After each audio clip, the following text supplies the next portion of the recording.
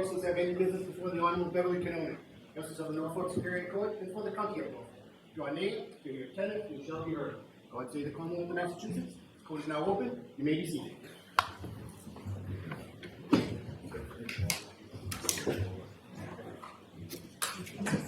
Okay. All right. Good morning again, counsel. Good morning, jurors. So we appreciate your patience. We were in here trying to streamline things, so we got a lot of work done this morning, so thank you. I do have to ask you those same 3 questions. Were you all able to follow my instructions and refrain from discussing this case with anyone since we left here on Friday? Everyone said yes or nodded affirmatively. Were you also able to follow the instructions and refrain from doing any independent research or investigation into this case? Everyone said yes or nodded affirmatively. Did anyone happen to see, hear, or read anything about this case since we left here on Friday? Everyone said no or should be. Right. We have Dr. Wolfe, please.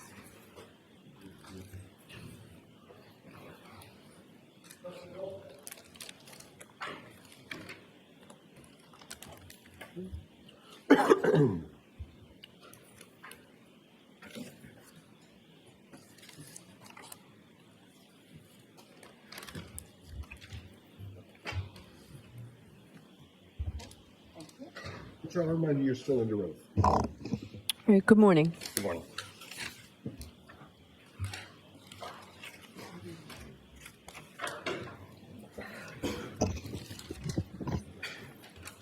All right, Mr. Jackson, whenever you're ready. Thank you, Your Honor. Dr. Wolfe, thank you for joining us again this morning. I'd like to draw your attention to a picture.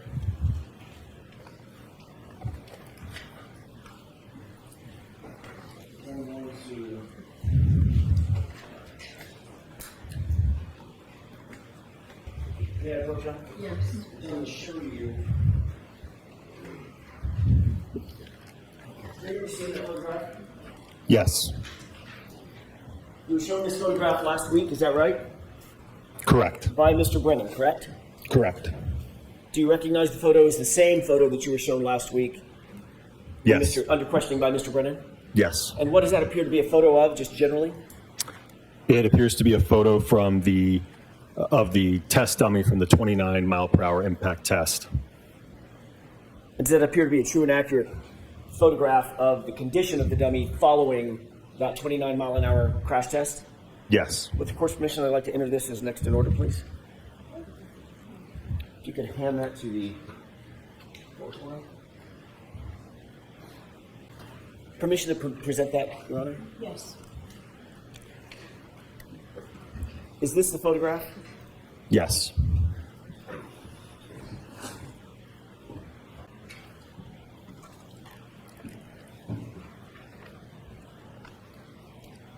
Dr. Wolfe, first of all, what caused the damage? Well, let's start with the most basic. Which arm is this, left or right? This is the left arm. What position was, you called this dummy Rescue Randy, is that right? Correct, What yes. position generally was Rescue Randy in upon impact during this test? He was oriented such that the right side of his body and his right arm would be contacted by the vehicle. What caused the defects in the and the damage to the sweatshirt as we see it here?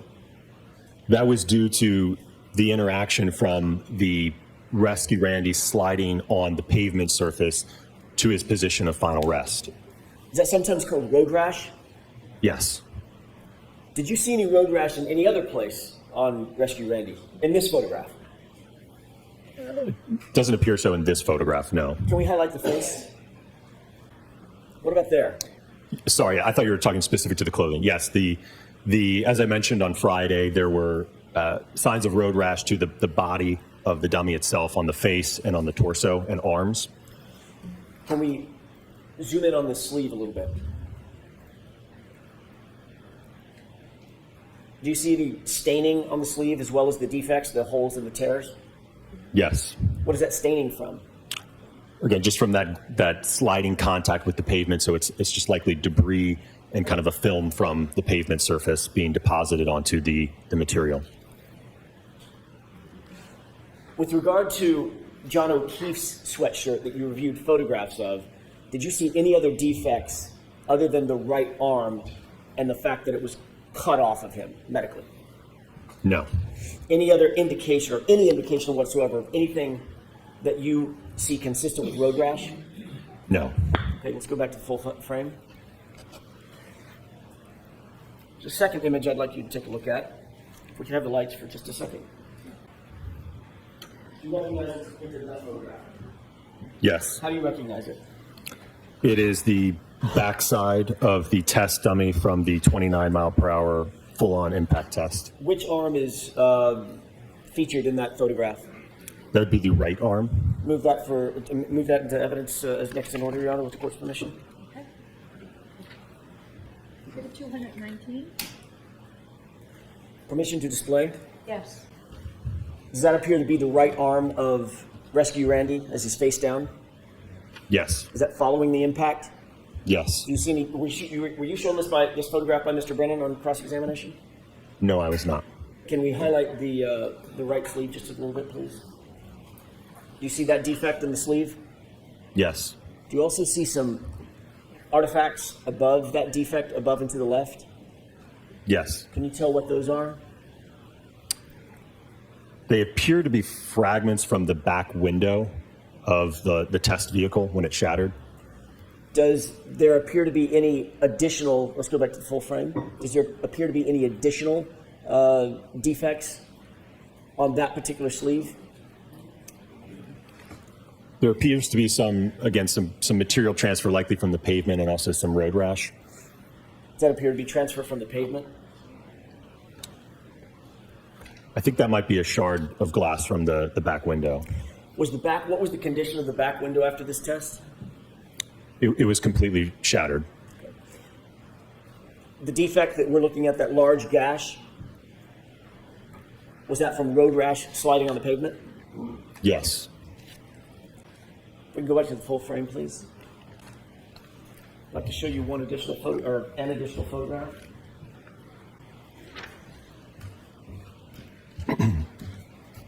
Do you recognize what's depicted in that photograph? Yes. What is it? It is the front side of the test dummy from the 29 mile per hour full-on impact test. Does that appear to be a true and accurate depiction of the condition of Rescue Randy in that sweatshirt after that 29 mile an hour impact? Yes. Move for the admission of that photograph, Your Honor, is next in order. Permission to display. Yes. Can you describe what we're looking at in this photograph?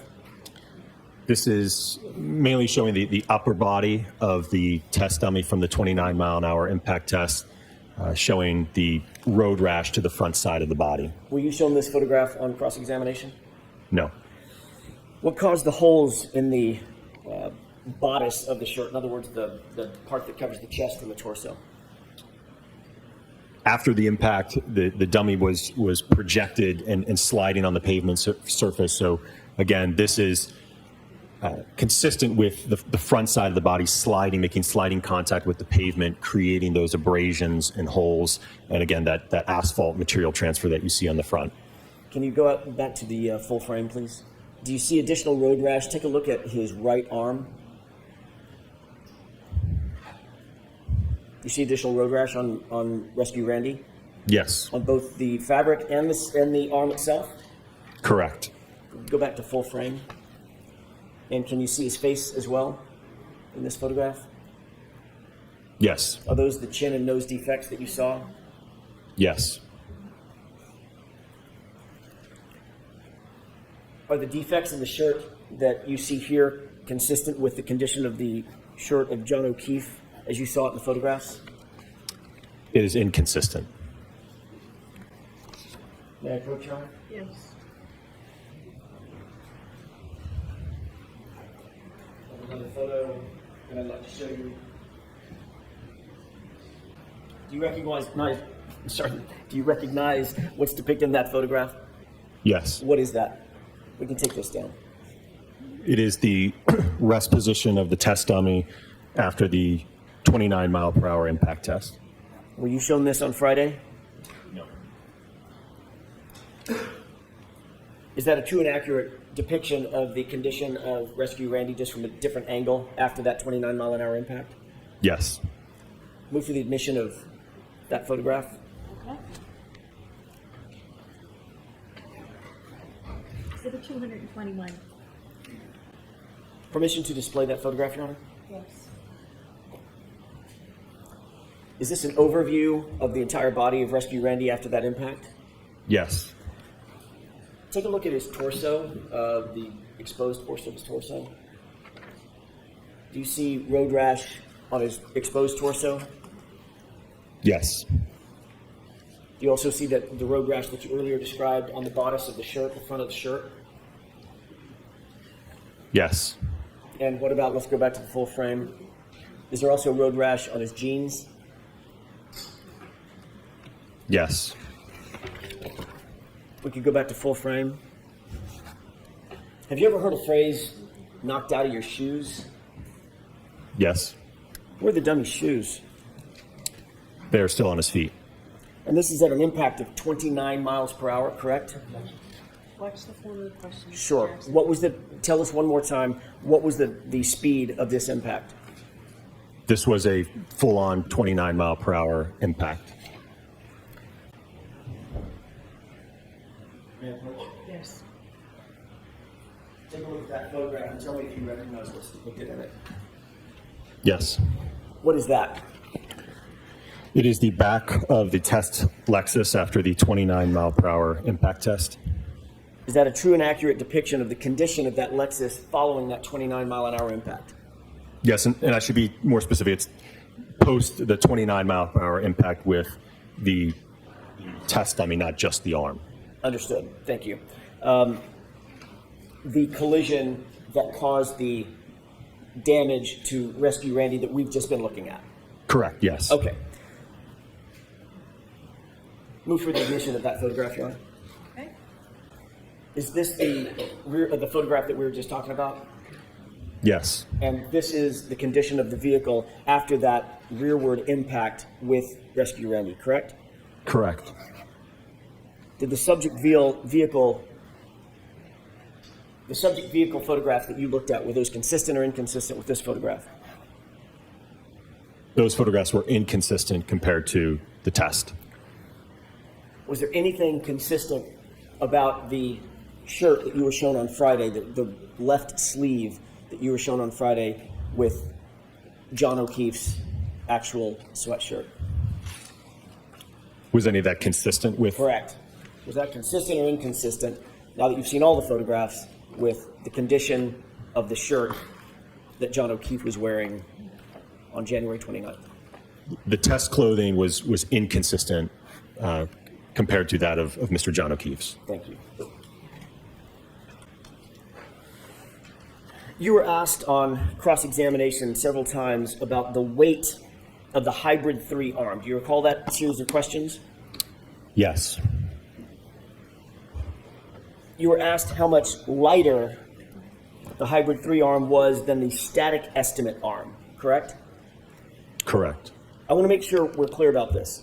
The Hybrid 3 arm is the physical arm that you attached to the ATD and did testing with, correct?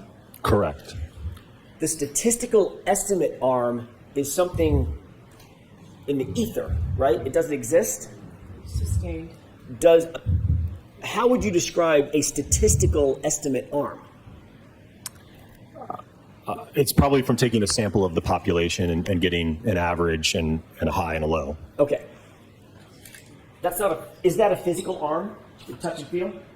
No. Okay. Do you have any information based on everything that you've reviewed at all about the actual weight of John O'Keefe's right arm? Nothing in terms of a weighed measurement of the arm, no.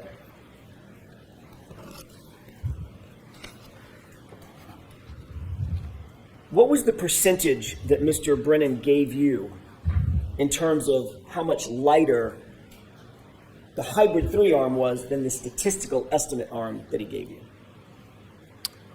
From what I recall, I think the percentage was 26%. Did you calculate that yourself, or did you take Mr. Brennan's word for it? I believe I took his word for it. Do you recall what the weight of the hybrid 3-arm was exactly? 9.38 pounds. What is the difference, if you can calculate, what is the difference between 11, well, what was the statistical estimate arm, that the number that Mr. Brennan gave you? I think I heard him say 11.8, but I also think he said at one point 11.6. So I'm not sure of the kind of the final number he landed on. Does Sustain, ask the question. Straight to me. does 11.86 sound right? Yes, Okay. Let's use 11.86. Do you have a calculator with you? I do. With the court's permission, could Dr. Wolfe use a calculator if he needs to? Yes. Thank you. What's the difference between 11.86 and 9.38? Just in raw numbers? You're looking at just the difference between those two? Subtract Okay. 9.38. 2.48. Does that mean there's a 2.48 pound differential between the statistical estimate arm, the heavier arm, and the 9.38 arm from the hybrid 3?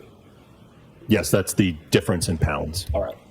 How would you calculate how much lighter? What's the proper way to calculate how much lighter, in terms of percentage, the 9.38 arm is? You would want to do a percent difference calculation. Divide 2.48 by 11.86?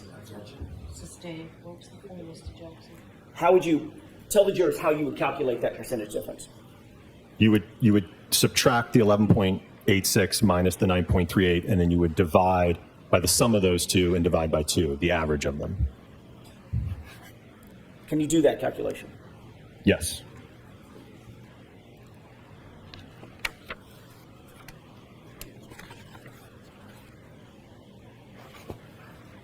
Okay. And what's the number? 23%. Not 26%? Sustain. Is 23% smaller or no, or larger than 26%? Sustain. Let's move on from that, Mr. Jackson. What is the number that you get if you were to divide 2.48 by 11.86? 0.21. In percentages? 21%. Thank you. Was the hybrid 3-arm 21% lighter by that calculation than the 11.86 estimate arm? Yes.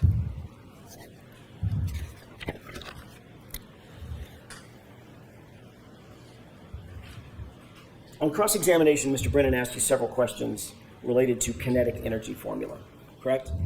Correct. You referenced that. Did you reference that formula in some of your answers? Yes. May I approach? Yes.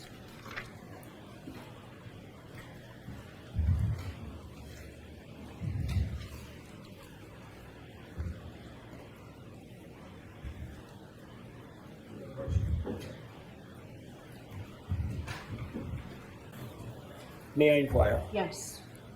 You're looking at something that's been identified, a document that's been identified as 3 X's, XXX. Do you recognize that? Oh, you're not looking at it. Not yet. You see it now. Yes. Do you recognize what that is? It is the formula for kinetic energy. With that, Your Honor, may we display the formula? We don't have to cut the lights. I think it'll be very obvious. Yes. Can we bring the lights back up and see if that's visible?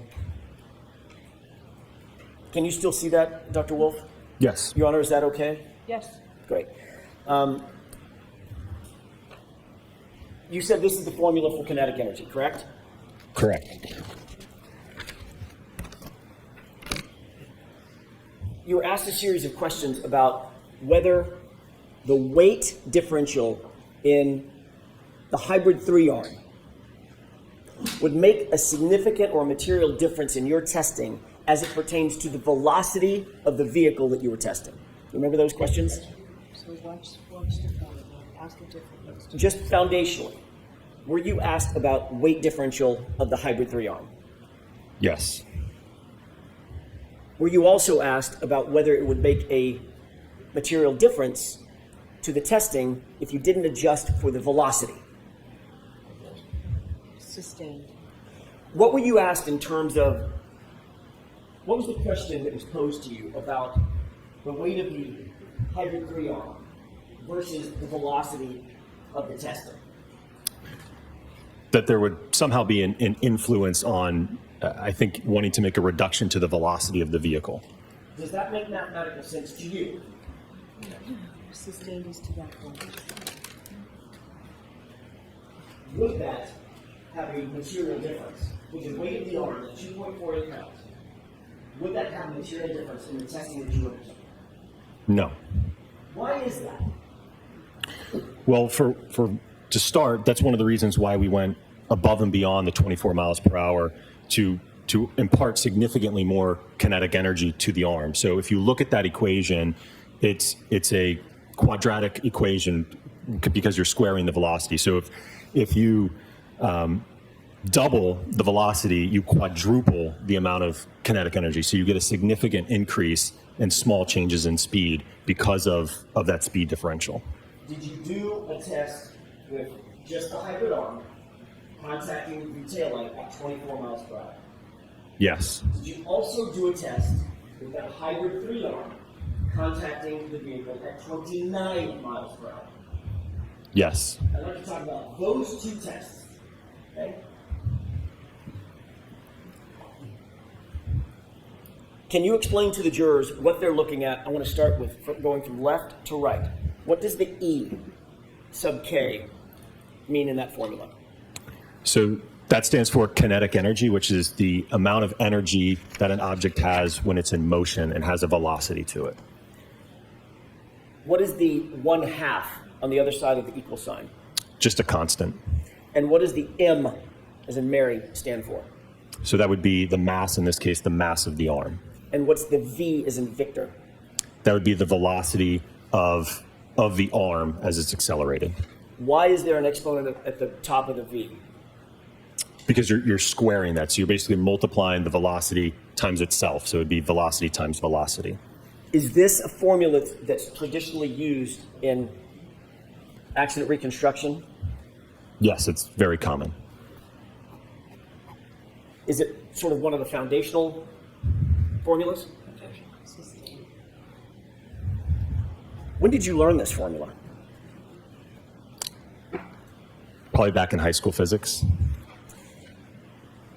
I'm going to ask you, if you wouldn't mind, to walk the jurors through a calculation dealing with the 24-mile-an-hour test using the 11.86 pound statistical arm as an assumption of the weight of the arm.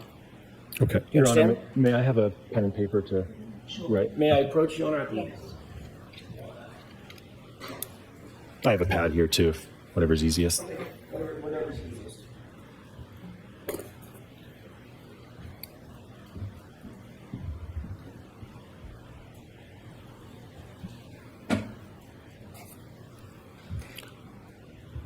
If you assume the mass of 11.86, that's the statistical arm weight, and you assume the V for velocity is 24 in miles per hour. I don't care about the units, doctor. Just assume 11.86 and 24. Can you calculate this quadratic equation? Yes. What do you get? I want to do it step by step. What's the result of squaring 24?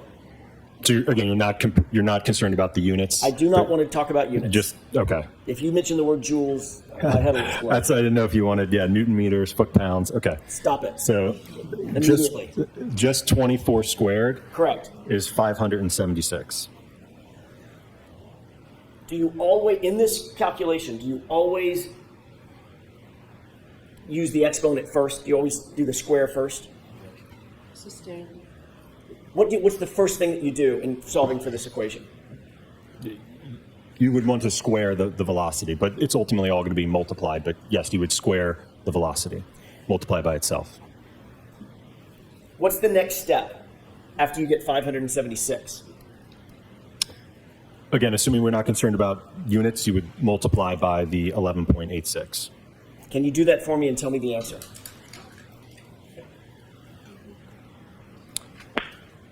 How many decimal places do you want? Nearest whole number? 2. Okay. 6,831.36.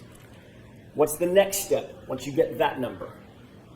You would multiply by 1/2 or 0.5. Can you do that for us, please?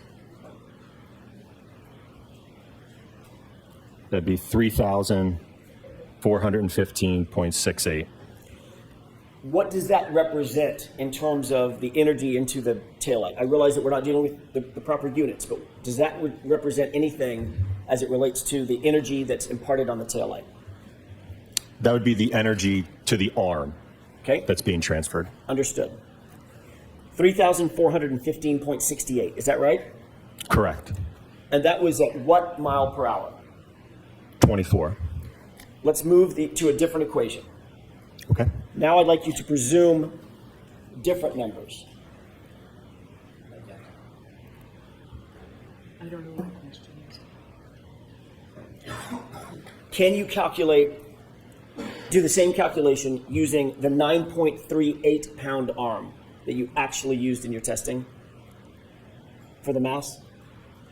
Yes. And can you use the velocity of the actual test you did of 29 miles per hour?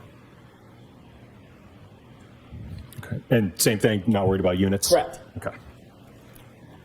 What's the first thing you do in solving that equation? So if you square the 29 miles per hour, you will get 841. What's the next thing you do? You multiply by 9.38. What's the number? 7,888.58. And what's the next thing you do in the equation? You multiply by 1/2 or 0.5. And what's that final number? 3,944.29. That would be the number or the amount of energy imparted on the arm at 29. Is that right? 29 miles per hour? So ask it differently. Sure. What is that 3,944.29 number? What does that mean in terms of the kinetic energy? That would be the kinetic energy that the arm has if it were moving at 29 miles per hour and weighed 9.38 pounds. One final calculation. What is the percentage difference between 39.44.29 and the other test that we just did, or the other calculation, 34.15.68? So in terms of a percent difference, again, when you're subtracting the two and then dividing by the sum divided by 2, so that's basically the average of the sum, it is 14% difference. Which of the two tests, the two energy equations that you just did, which represents the higher kinetic energy imparted to the arm? The 24 mile an hour test, that's the hypothetical, or the actual test at 29 miles an hour? Which one? The 29 mile per hour speed with the arm weight of 9.38. What does that mean, Dr. Wolfe, in terms of the testing that you did with the lighter arm, 9.38 pound arm, at the 29 mile an hour test, as it compares to the hypothetical 24 mile an hour test? It would be more force and more energy in the 29 mile per hour impact test. Even though you used a lighter arm? Objection. Sustains.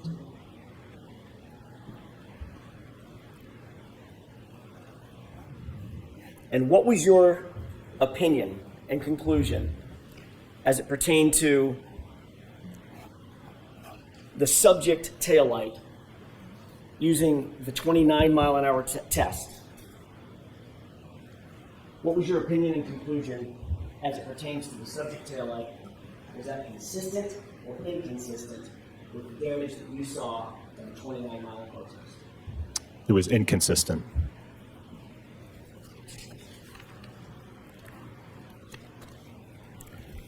Thank you, Your Honor. That's all I have.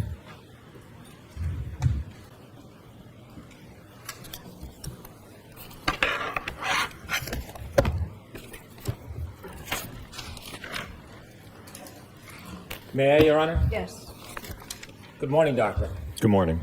Doctor, did you have a chance to speak to anybody from the defense this weekend? Not over the weekend, no. After you left here Friday? On Friday, I let them know that I was returning back home, and then I let them know last night that I had arrived, yes. Did you receive any new information or have any conversation before you came in today? No. Now, when we asked you about weight last week, you did not go into any calculations about the difference between the standard arm, 11.86, and the 9.38, did you? I don't believe we did, no. In fact, when you testified last week, at the end of the day, you were asked questions by Attorney Jackson about the weight of that arm, correct? Yes. And when you were asked about the weight of the arm, Attorney Jackson asked you if you were asked a lot of questions about the difference in the weight of the arm, about 11.8 pounds statistically as it relates to Mr. O'Keefe versus 9.4 pounds. Do you remember him asking you about that? Yes. And you were asked whether you were aware whether anybody had measured the weight of John O'Keefe's right arm. And you responded, I'm not aware of that, no. Do you remember that testimony? Yes. And then you were asked, when you asked questions about whether or not his arm was 11.8 pounds, are you aware of anybody ever just weighing just his arm? And you said no. Correct. And finally, you were asked, what is that based on, 11.8? Where did that come from? Remember what you said? Yes. I don't know. Remember you answered Attorney Jackson and you said, I don't know where that came from. Right, referring to, I don't know what source you pulled that 11.8 from. And so you were suggesting that that is just a number pulled out of thin air, right? Was that a surprising estimate, 11.8 to you? I don't know that it was surprising. I don't know what your source is for it. Well, when you engage in accident reconstruction, you never just take somebody's limb and sever it and throw it on a scale, do you? I'm not usually doing that part of the analysis, no. So when you're relying on body weight and different parts of the body, there is strong statistical studies that give you a guide, isn't there? I would agree with that, yes. Well, the numbers just aren't thin air. If you're doing a study and you have to figure out damage to an arm or a foot or a leg, and you have to come to an estimated value or weight, you have to get that information from somewhere, don't you? I would agree, yes. So you just make it up out of thin air. You have to find a resource, a reliable, vetted resource. True? I would agree. And that's what you do. In some instances, yes. Well, in this case, you chose an arm that was 9.38 pounds. Where did you get the support that the 216-pound, 6'1" man would have an arm that weighs 9.38 pounds? Where did you get that from? Well, it's conservative from the standpoint, if you think about one of the equations we talked about last week, force is equal to mass times acceleration. So if we take the acceleration data from our test and we multiply it by a lighter mass, the 9.38 pounds, it's less force to the arm. So now if you want to increase the mass of the arm, you're now talking about a greater net force to the arm. So it's conservative from a force perspective. Put aside your story about the force perspective. My specific question is... It's sustained. Ask the question again. I'll ask you again, Doctor. Tell us where you got the 9.38 pound value from when considering a 6'1", 216 pound man. Where did you get that from so you could be statistically accurate?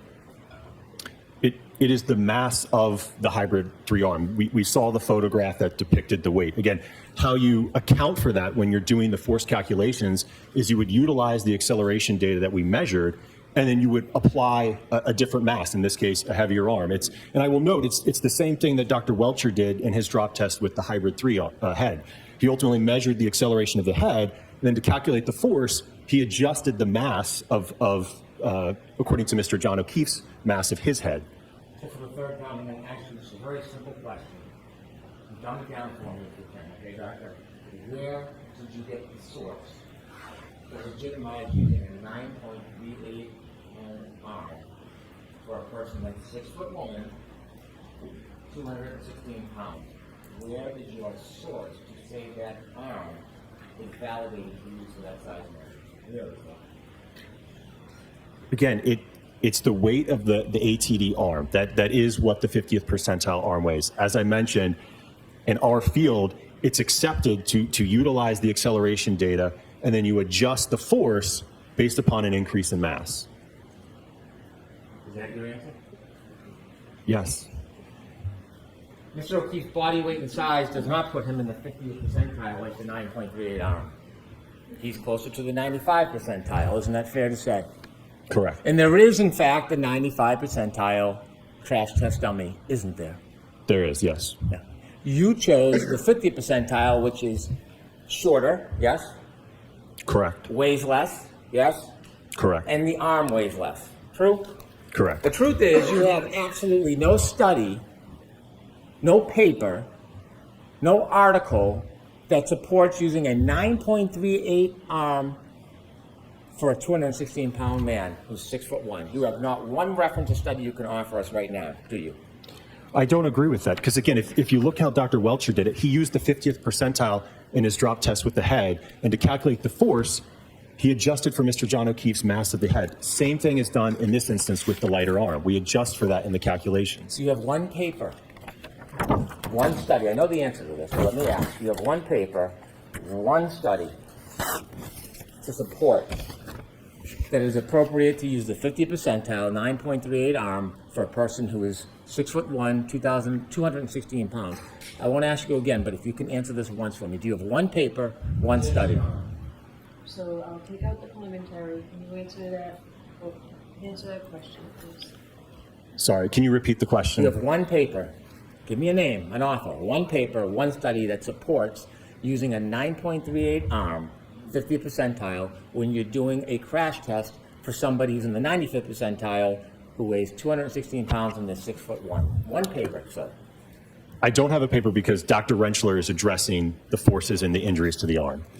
You talked about, however, would you come up with the number 11.8? Like it was something that is curious or foreign to you, right? Sustained. Are you confused how the number 11.8 would come up? I'm not confused, I don't know your source for it. When you do studies, would you agree that the head has a similar weight to the arm and that the weight of an arm would be about 5.48% of a person's body weight? I'm sure that there's various studies out there that talk about that. Could be one particular study. Well, let's talk about one study. What do you think? You're the engineer, you're the expert. When you're weighing an arm by percent, what is the percent of the arm of the total body weight? I don't know as I sit here today off the top of my head, no. I'm sorry? I don't know as I sit here today off the top of my head. Well, if you don't know the percent of body weight of the arm compared to the whole body, how would you ever come up with a number for the arm? Well, from the work that I've done with Dr. Rentschler in this case, dating back to last year, it's my understanding that his calculation for the arm was approximately 11 pounds. So you're relying on somebody else's study? You're doing an independent assessment of the evidence, and you're relying on other people's math? Is that what you're telling us? I don't agree with that because, as I've mentioned numerous times, Dr. Rentschler and I worked as a team on this case. You can't separate the reconstruction part from the biomechanical part. It's an integral part that works together on it. Would you agree that the arm is about statistically vetted, that it's 5.48% of the total body weight? Would you agree with that? It sounds about right, but again, I don't Okay. have the percentage So off the if top you of my take head. 5.48% of a 171-pound man, which is the crash test dummy you were using, the 50th percentile, what do you get? You said 5.48%? Yeah. Just over 9 pounds, Okay. Close to 9.38? 9.37. Okay, now when you have 216 pounds, 5.48%, 11.8. 11.8. Sound about right, doctor? By that calculation, yes. Okay. Now, you said you had some confusion where I'd get that number from, this 11.8. Do you remember that? Yes.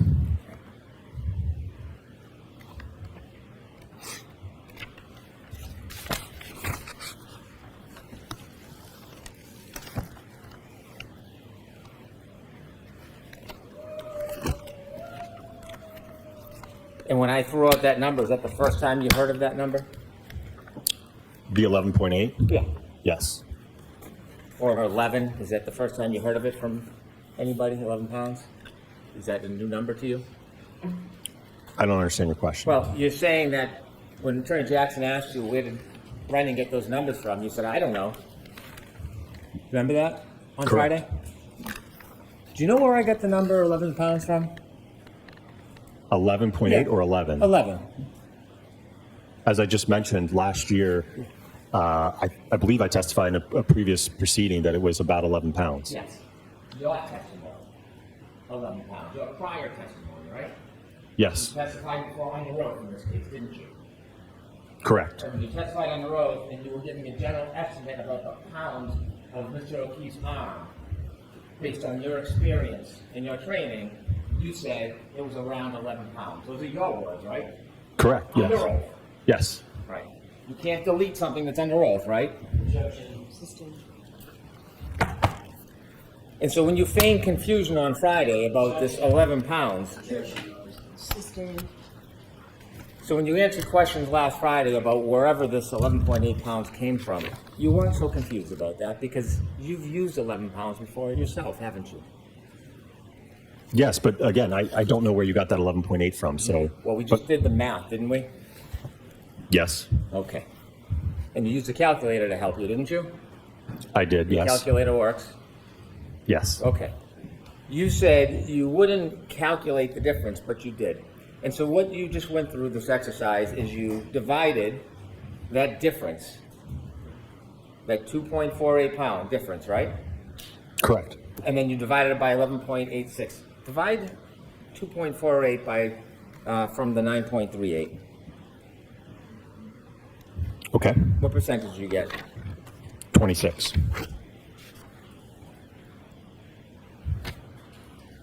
Would you agree with this statement about whether the arm and body weight, comparing the weight of the head to the arm, would you agree that the head and arm are actually almost identical because your arm, just one of your arms, including the hand, forearm, and upper arm, is about 5% of your total body weight? So for someone who weighs 216 pounds, that's about 10.8 pounds. Would you agree with that? I didn't do that calculation, so Didn't ask you. I'm asking if you would agree with that. can you repeat the question, please? Ask the question. Does the arm weigh the same as the head? Or the arm does weigh the same as the head, almost identical because your arm, just one of the arms, including the hand, forearm, and upper arm, is about 5% of your total body weight. So for someone who weighs 216 pounds, that comes out to about 10.8 pounds. Would you agree with that? I haven't done the calculation, but if the math checks, then yes. Okay. Would you agree with this statement? The heavier the object, if it gets hit center mass, that's going to be even greater force because that is more mass than just 11 pounds. So the acceleration is the same for each body part. It just depends on the weight of the body part and how heavy it is to determine the force that's actually exerted on the body. Do you agree with that? I'm going to allow the question. Do you agree with that? Yes, and I think I described that a little bit earlier, is you would increase the mass, you multiply it by the acceleration, that's going to increase your force. Force is equal to mass times acceleration. Right. So mass has a direct correlation to force. You agree? Correct. So therefore, the heavier the object, if it's colliding at the same speed, will create more force than a lighter object. You'd agree with that, wouldn't you? Correct, more force on the arm, yes. Right. So weight matters, doesn't it, sir? Yes. Force is mass times acceleration. So if the arm weighs the same as the head, you're still going to get the same force. And so inevitably, you change the mass, you change the weight, same speed, it changes the amount of force. Correct, yes. When you did calculations in this case, you never took the estimate of 11 pounds, although it didn't exactly calculate the 5.48. You never took that 11 pounds and determined the percentage difference between the mass in that arm and the mass in a 9.38 pound arm, did you? No, I did not. You didn't include it in any of your PowerPoints. No. You didn't explain it to the jury that there's a difference in weight matters. Again, that's something that Dr. Rentschler is going to discuss. I'm asking you because you testified, you gave opinions, you got a PowerPoint. Did you explain to the jury about the difference in force when there's a change in weight? When you did all your PowerPoint and calculations, did you break it down for them? Well, I think it was certainly stated. I mean, I know that we went over Newton's second law, force is equal to mass times acceleration, right? So if you increase that mass number, it will increase the force. When you were putting up your PowerPoints with the speeds, did you explain to us that there's a difference when you change the mass so that if you used a lighter arm, there would be a difference in force? Did you explain that to us in any of your slides? I don't know that I explicitly stated it, but again, that's why we went up to 29 miles per hour to account for that difference in weight. Were you trying to inflate the force for the speed of test so it looked like the collision had to happen at a faster speed to cause a certain amount of damage? Were you doing that intentionally? No. You didn't overstate the mass. You didn't use an arm that was 14 pounds. That would have created the opposite illusion, right? You used a weight that was lighter than Mr. O'Keefe's estimated arm. Right, because again, it goes both ways. If you increase the mass of the arm, you increase the force on the arm. So there's going to be more force acting on the arm. Let's talk about your studies with Mr. O'Keefe's sweatshirt and his arm, and you gave some opinions about what you would expect for damage to his arm. When I asked you on Friday whether you had any support, any vetted journals, learned treatise, any support whatsoever about whether you should use a crash test dummy arm for these types of studies, you didn't have any support on Friday. Do you have any today that you can refer to? No. Putting aside the fact that you have absolutely no professional studies or journals to support that you should be using a crash test dummies arm for these type of tests, are you aware of the expert literature in this case that the opposite, you specifically should not use crash test dummies when you're trying to do this type of analysis on clothing and a person's body? Are you aware whether that exists?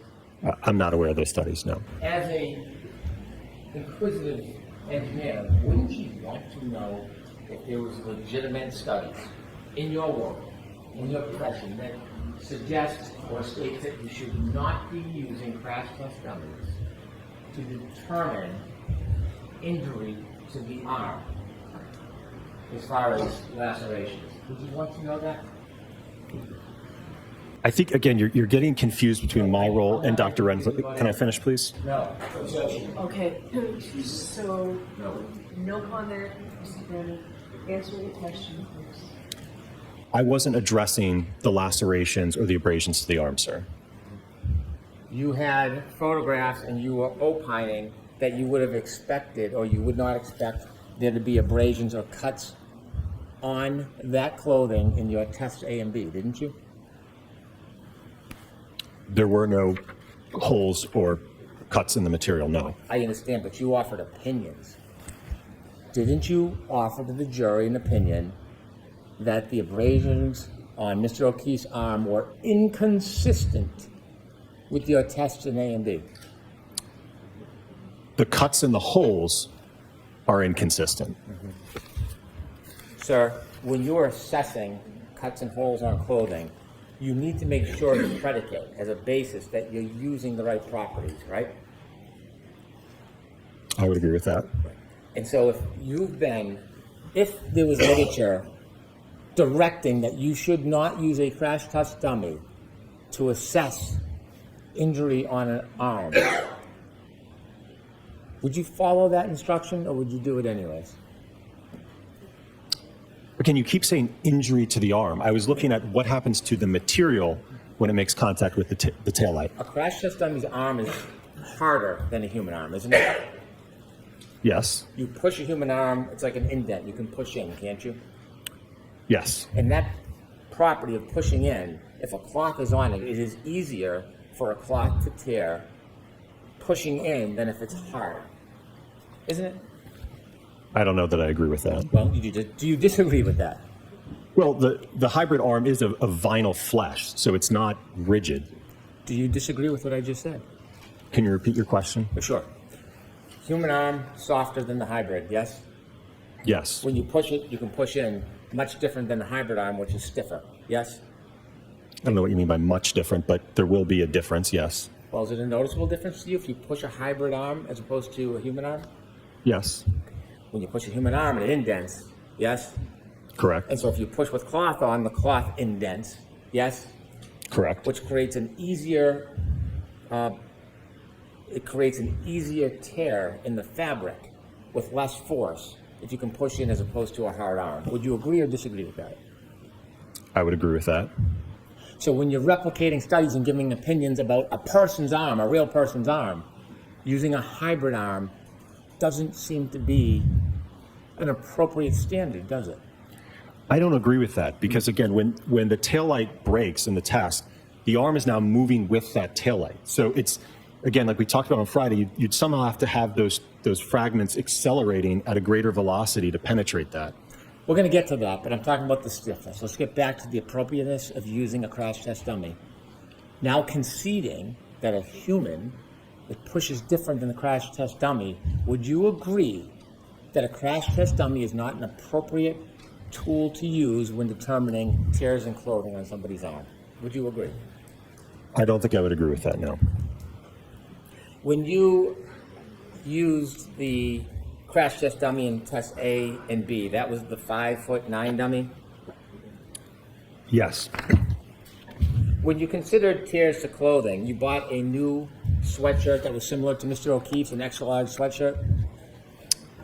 Don't know if I recall the exact size, but I think one of them might have been extra large. And then you bought a second one that was medium. So when you used the smaller dummy, you weren't actually using Mr. O'Keefe's size of extra large. You used a medium sweatshirt, yes? Yes. Because it was a smaller dummy than the size of Mr. O'Keefe. That's why you needed a smaller sweatshirt, yes? I think it was more or less just what we could get our hands on. Well, you had an extra large and a medium. You didn't put the extra large on in tests A and B, did you? I don't recall off the top of my head what sizes were on each test. Okay, can you show a picture of A to remind Dr. Wolfe?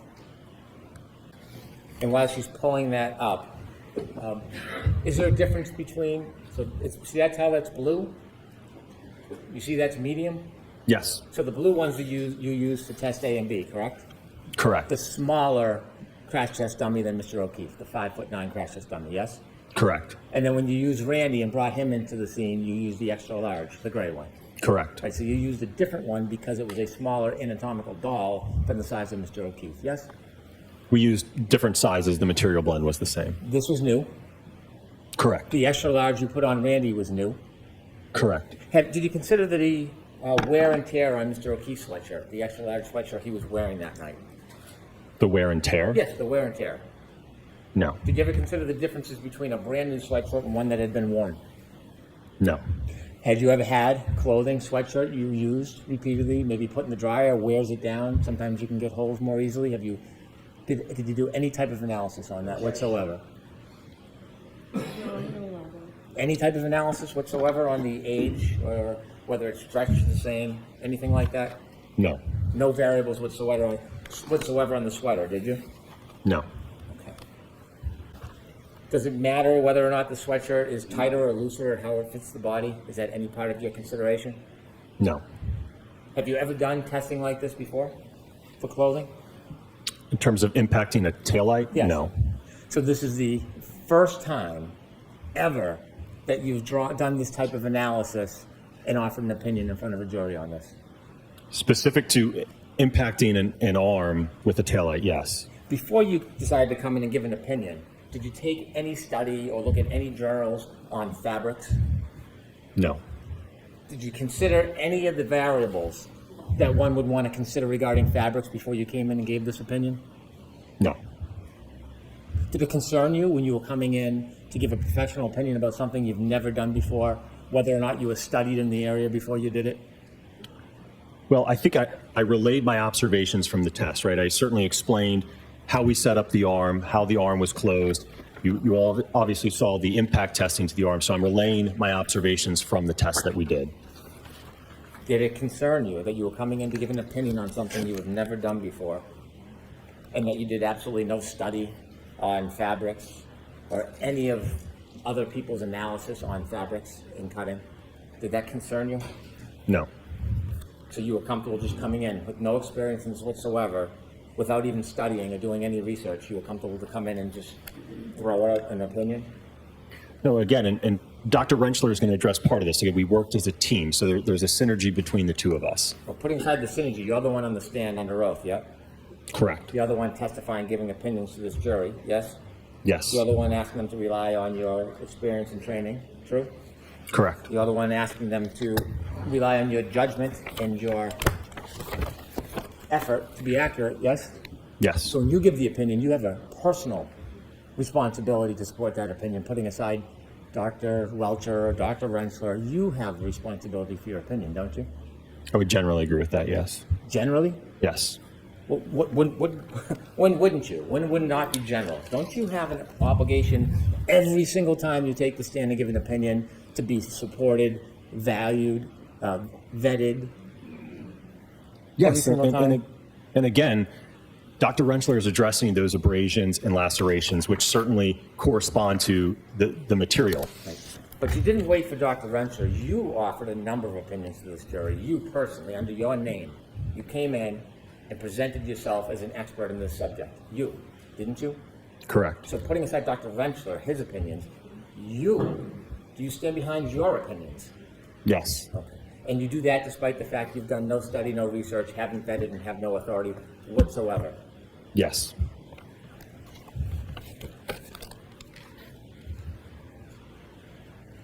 You wrote a report back on February 12, 2024.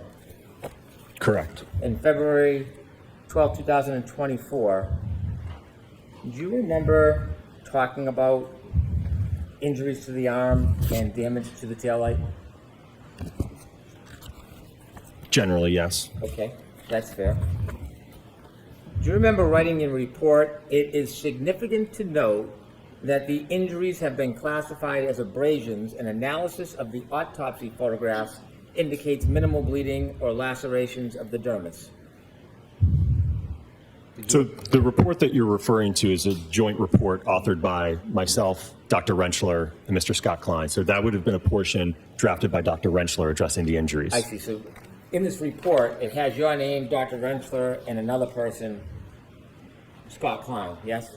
Correct. But in the report, none of you ever differentiate which opinions you're standing behind or somebody else's, right?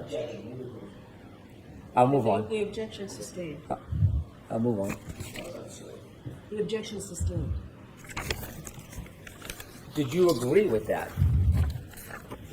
Sustained. Did you write or endorse these injuries would not result from impact with a non-damaged tail lamp cover and the amount of force required to fracture the tail light cover? So we're going to see you in sidebar.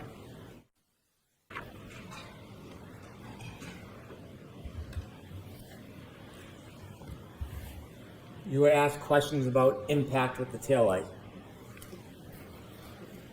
And in fact, in one of your answers to me today, you talked about after a vehicle collides with a pedestrian, there's continued movement between the vehicle and the pedestrian, isn't there? Correct. And so while or plastic that shatters from a taillight might not impale clothes of the skin, would you agree if your dummy wasn't restrained, when the Lexus collides with the dummy, there'd be continued contact for some time, extended contact between both the dummy and the taillight. Well, the arm, as is demonstrated in the test, would be moving at roughly the same velocity as the vehicle. Yes. And don't you think that the vehicle would continue to drag the arm until the body either was thrown or spun off? Would you agree with that? At some point, they will separate, yes. At some point, but before the at some point, what I'm asking is, at the collision, when you see all the taillights shatter, right, wouldn't the Lexus, if it continues at that speed, say 24 miles per hour, for example, it would continue to drag with that dummy's arm longer than is shown in those experiments because the dummy is restrained? Sorry, can you repeat the question? Yes.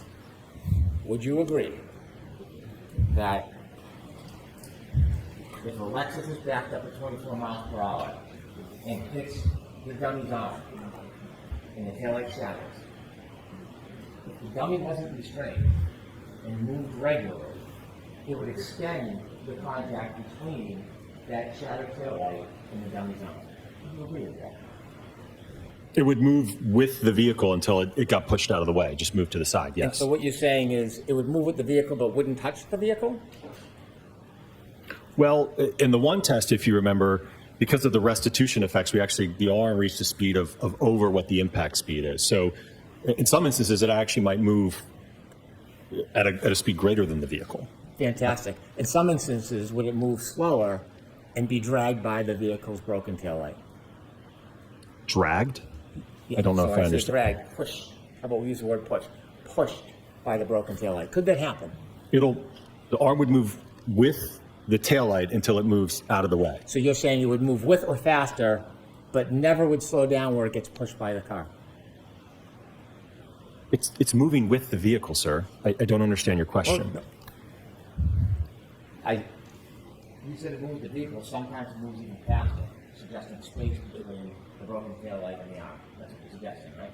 Correct. So it can move with, it can move faster.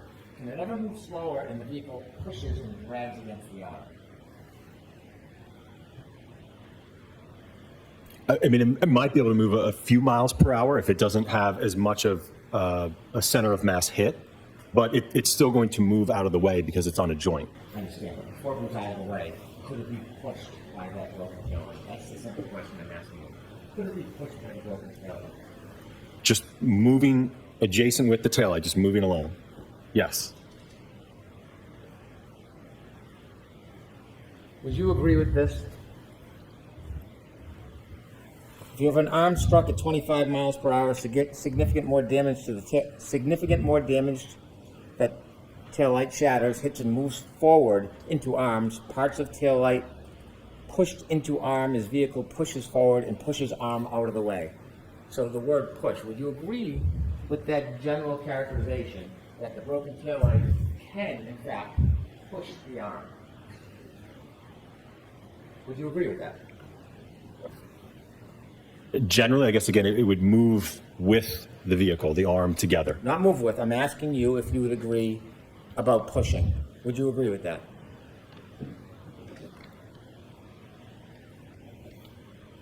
As long as we're on the same page about it, it's pushing the arm, but it's with the vehicle. They're moving together.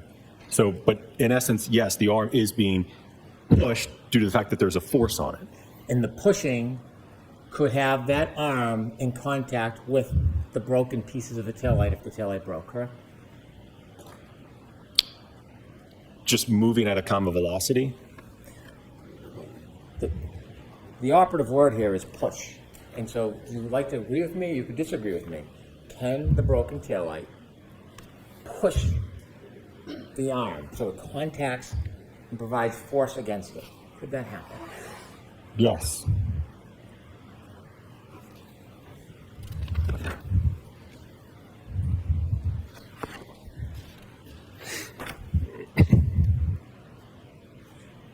When you were showing those photographs today regarding Test F, now you use Randy in Test F, right?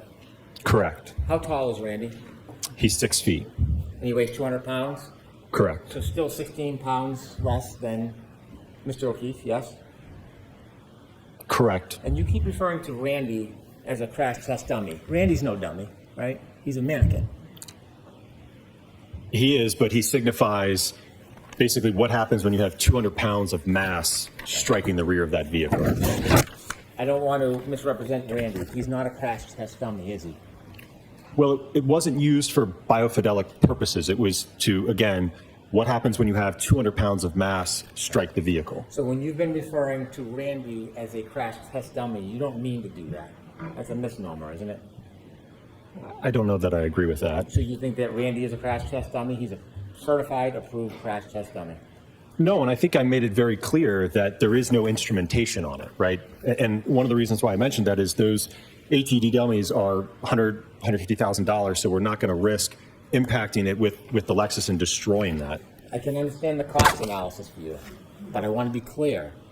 He's a mannequin. It's used by firefighters and drills pulling a body, dead weight, out of a house to replicate certain scenarios. That's what Randy was made for, yes?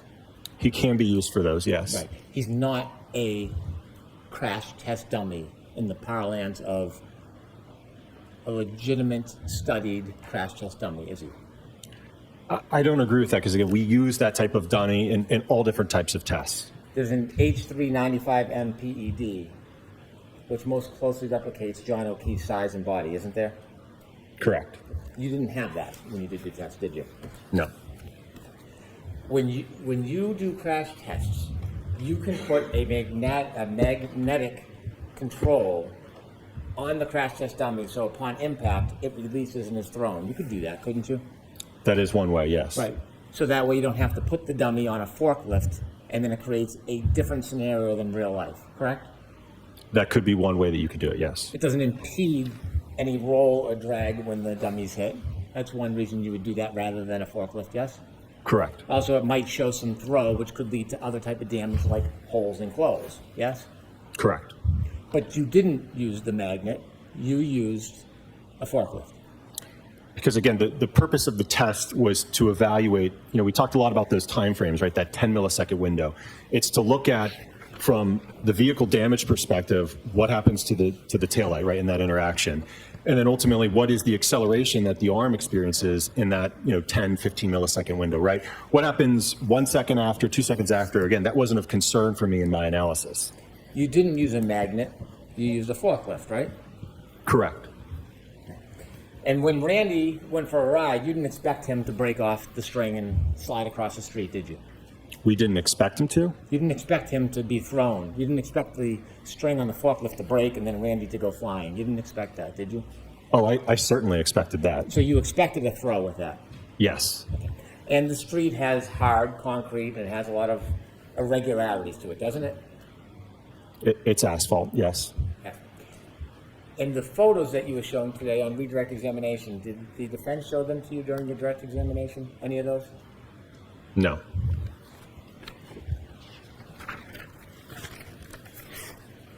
Mr. Gilman, can you pull up that last exhibit with Randy on the ground? I think it's exhibit 221. Okay. And so this is Randy, right, doctor? Yes. Zoom in a little bit, please. What's that red thing near his shoe?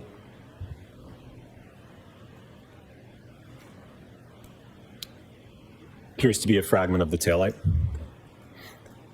Can you zoom out?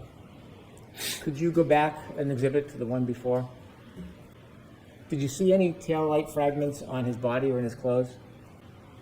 I can't tell from here. Could we have the exhibit before, please? Can you tell from here? Yes. And finding taillight fragments on the clothes after a collision, that's not unique, is it? Unique? No, Yeah. it's possible. Well, according to this, it's probable, yes? In this test, that did occur, yes. Could we have exhibit 201D, please? Do you know what this is, doctor? Did you see this picture in your analysis? Don't know if I recall that specific photograph. Do you know this is taillight shards found in Mr. O'Keefe's clothing? Assistant. Did you consider this photograph during your analysis before you gave your opinions regarding cuts and tears and lacerations? No, sir. When you did your analysis, did you know that a drinking straw was found on the concrete on the street in front of 34 Fairview? I don't know if it was on the concrete, it might have been on the asphalt, but I do recall a drinking straw, yes. Did you know that there was a glass found near Mr. O'Keefe? Could you put that up, please, Cindy? Assisting. Did you talked about cuts and injuries. Did you?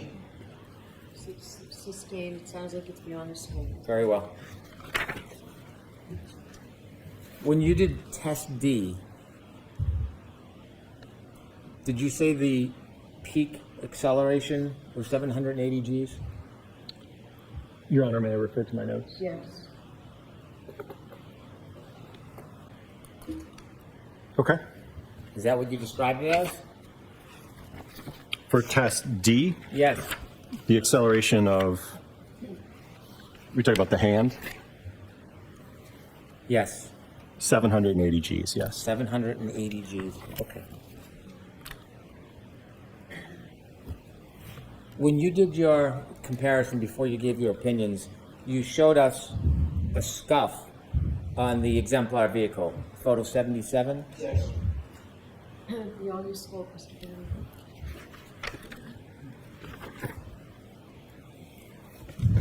A few more questions, Dr. Wolfe.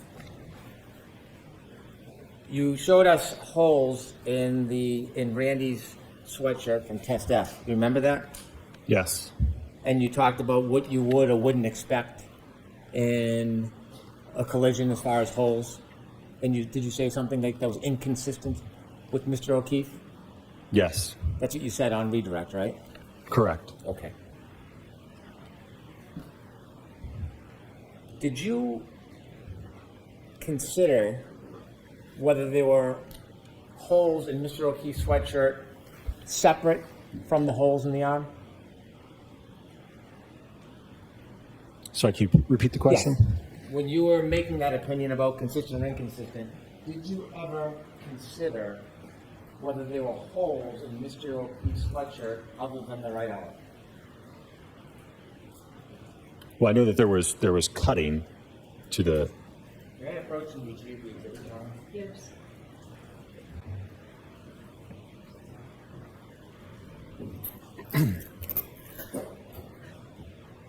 Did you ever look at the back of the sweatshirt to see if there was any holes to the back of the sweatshirt other than the right arm and you formed your opinion? I don't recall. Take a look at the back. You see other holes on the back of Mr. O'Keefe's sweatshirt? It appears I see one hole. Let me get a little closer so you can get a better look. I'll direct you to here. Do you see more than one hole in the back of Mr. O'Keefe's sweatshirt? Yes.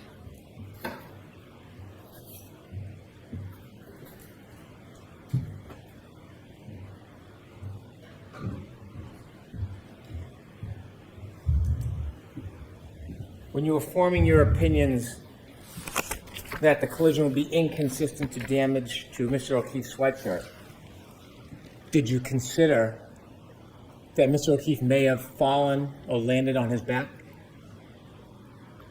Well, in looking at those holes, they're inconsistent with road rash. And again, to get those kind of holes, you have to have prolonged sliding contact on a rough surface. Did you consider that Mr. O'Keefe may have fallen or landed on his back?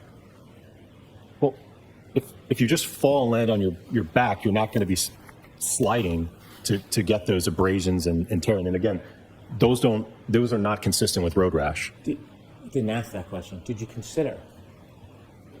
Sorry, can you? Did you consider whether Mr. O'Keefe had fallen or landed on his back? No. Did you know about or consider the multiple holes on the back of his sweatshirt when you came and formulated your opinions? No. you did no studies whatsoever about the damage to the sweatshirt if he fell or landed on the cold, hard ground and had broken taillight shards in his clothing, did you? No. I have no further questions. Just a moment, Your Honor.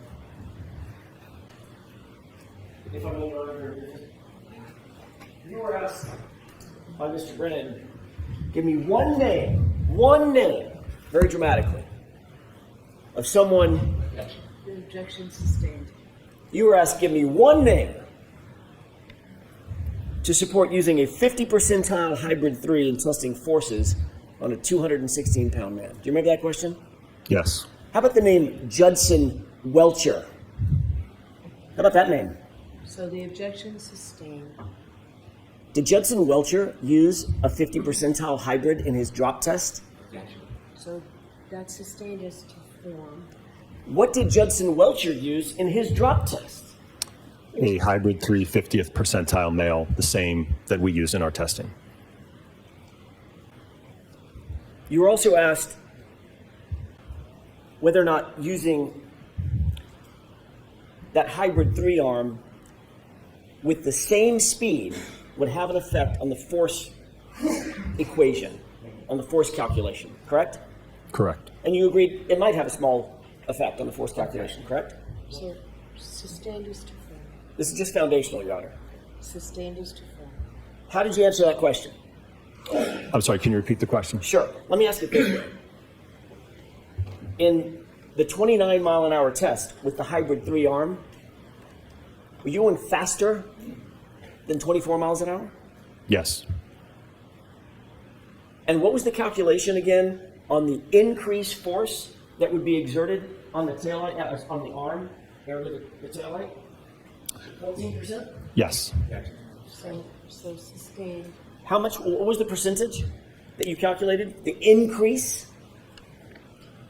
14%. And did you find damage, even with the increase of 14%? Did you find damage on that exemplar taillight consistent with the extensive damage on the subject SUV? No. Can we have 201D put up one more time? Mr. Brennan just asked you if you made note of these little red pieces, correct? Correct. Do you have any idea the size of those pieces? As you sit here. Not without a scale of some sort, no. So as you sit here, do you have any idea what the size of those pieces are? I couldn't tell you as I sit here today, no. No idea if they're a foot long? Gotcha. So the objection sustained. You were asked, when shown this picture, if you accounted for this in terms of damage to the garment, the sweatshirt, right? Correct. What if I told you those were... So the objection's sustained. He said he doesn't know the sizes. That's the end of that, Mr. Jackson. I realize he said he doesn't know. He was That's asked questions. the end of that, Mr. Jackson. Do you have the, Mr. Wolfe, do you have the picture of the 10? Do you see that 10? Yes. Are you aware that all those pieces are inside that 10? Sustained. And jurors disregard that. Did you ever see this 10 in your analysis? I do recall seeing, yes, in the evidence photographs of all the fragments, yes. In your experience, are very large pieces or very small pieces put in little tins, about 2 inches wide? Sustained. You were asked a question about the arm being pushed by the taillight. Asked a bunch of questions about that, right? Correct. You indicated, what did you say in terms of the contact by a vehicle pushing on? It's going to move with the vehicle until it separates. In your testing, how long did it take the hybrid 3 arm to get up to speed of the vehicle in the 24-mile-an-hour test? About 10 milliseconds. I'm sorry, say that again, louder. 10 milliseconds. 10 milliseconds, correct? Correct. So when you say the arm is being pushed, it's being hit, correct? The objection sustained and it's struck.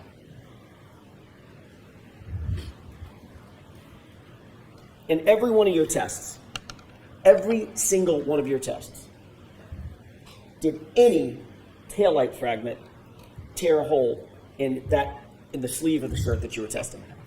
No, there was no holes, punctures, fraying, nothing to the material. Was there ever a defect in that garment in any of that testing other than the road rash that we saw in the 29 mile an hour direct impact? That the only test that showed the holes and the abrasions was that full-on hit where the body was sliding on the ground. There was no test where the taillight caused any type of punctures, holes, or fraying to the material. And in that test, what happened to the back of the license, the test license? Destroyed.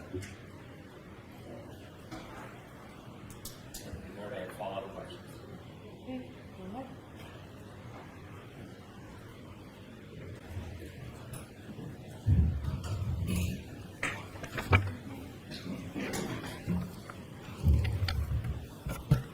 On redirect, you again talked about the impact between an arm and the broken taillight. Correct, yes. And I had asked you on cross-examination or recross-examination whether that broken taillight could push the arm, which of course would create force or friction, yes? Well, once it's moving at a common velocity, I'm just not understanding your question then. If it's not a common velocity, if the broken taillight is, Ask the question. if the broken taillight is pushing the arm, which would mean the broken taillight is going at a faster speed than the arm. If it pushes the arm, the broken taillight can come in contact with the arm, can it? It's moving with the arm, sir. Okay, let me ask you this. Would you agree with this? If you have an arm that's actually struck at 25 miles per hour, you're going to have significantly greater damage, especially if there's a taillight that shatters. So if you have the taillight coming in, it's hitting the arm, it's moving forward into the arm. Do you agree with that? Dr. Rensler, do you agree with that? Objection. So I'm going to allow it strike the source. Do you agree with that? I'm sorry, can you repeat? I can. If you have an arm that's actually struck at 25 miles per hour, you're going to have significantly greater damage. Specifically, if there's a taillight that shatters, so you have the taillight coming in, it's hitting the arm, and it's moving forward into the arm. Would you agree with that? I'm going to allow it. In reference to the greater damage, we're talking about damage to the arm? Do you agree with that phrase? The best way I can characterize it is it's moving with the arm, sir. So if that actually caused fracture of the taillight, then parts of the taillight are going to be pushed into the arm and likely embedded into the arm as the vehicle continues forward and pushes the arm out of the way. Do you agree with that? I'm going to allow it.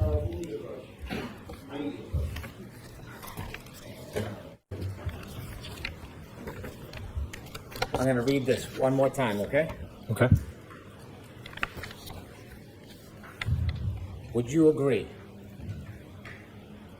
If you have an arm that's actually struck at 25 miles per hour, you're going to have significantly greater damage, especially if there's a taillight that shatters. So you have the taillight coming in, it's hitting the arm, and it's moving forward into the arm. So if that actually caused fracture of the taillight, then parts of the taillight are going to be pushed into the arm and likely embedded into the arm as the vehicle continues forward and pushes the arm out of the way. Would you agree with that? Again, my area of expertise is not injuries to the arm, so whether or not those fragments would be embedded or cause any type of damage to the arm, no. But what I would say is that I would agree with the taillight being pushed into the arm. It's going to cause the taillight to fracture, and then the arm will move with the taillight. When you do a demonstration, isn't this exactly what you see? Could you play E again for me? Isn't this exactly what you see?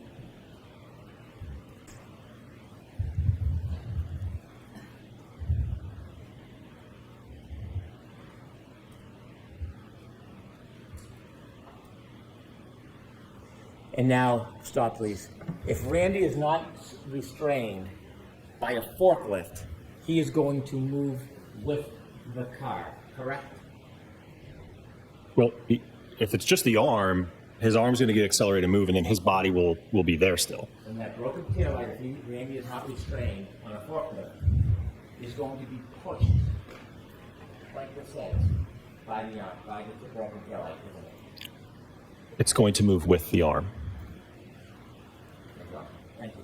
All right, so jurors, we're going to take a morning recess. We'll see you in about 20 minutes.